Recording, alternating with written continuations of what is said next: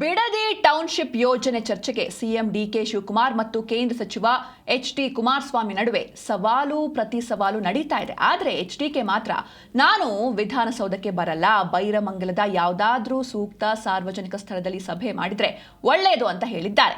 ಈ ಸ್ಟೇಟ್ಮೆಂಟ್ಗೆ ಕಾಂಗ್ರೆಸ್ ನಾಯಕರು ಎಚ್.ಡಿ.ಕೆ ವಿರುದ್ಧ ಹರಿಹಾಯ್ದಿದ್ದಾರೆ. ಯಾರೇನ್ ಮಾತಾಡಿದ್ದಾರೆ ನೋಡೋಣ ಬನ್ನಿ. ನೋಡಿ ಸರ್, ಭಾಳ ಸ್ಪಷ್ಟವಾಗಿ ಇಲ್ಲ ಕೇಳಿ.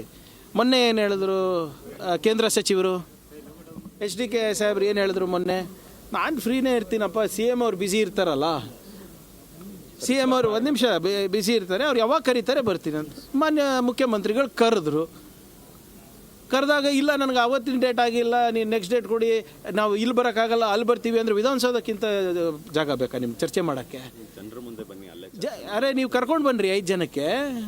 ಈಗ ಮೊನ್ನೆ ಇದೇ ವಿಧಾನಸೌಧದಲ್ಲಿ ಮಂಡ್ಯನಲ್ಲಿ ನಿಮ್ಮದು ಎಲೆಕ್ಟ್ರಿಕ್ ವೆಹಿಕಲ್ ಟೆಸ್ಟಿಂಗ್ ಸೆಂಟರ್ ಬಗ್ಗೆ ಚರ್ಚೆ ಮಾಡಿದ್ರಿ. ವಿಧಾನಸೌಧನೇ ತಾನೇ ಕೇಂದ್ರ ಸ್ಥಾನ, ಇಲ್ಲೇ ತಾನೇ ಜನಪ್ರತಿನಿಧಿಗಳಿರೋದು. ಇಲ್ಲಿಂದ ಈಗ ನಾನು MLA ಅಂದರೆ ಯಾರಿಗೆ MLA? ಚಿತ್ತಾಪುರ ಜನರಿಗೆ 2.5 ಲಕ್ಷ ಜನ ಏನು ನಾನು ರೆಪ್ರೆಸೆಂಟ್ ಮಾಡ್ತೀನಿ.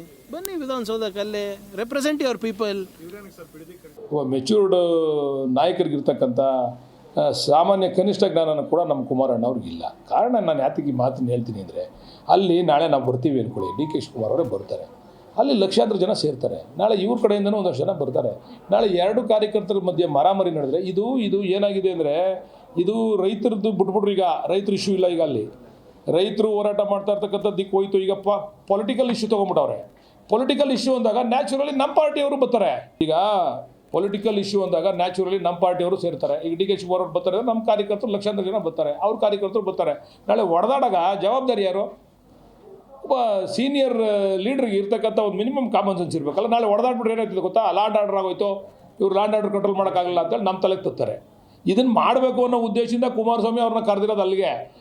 ನಿಮಗೆ ಗೊತ್ತಾಗಬೇಕು, ಅಷ್ಟಾರು ಬೇಕಾಗಿರೋದು.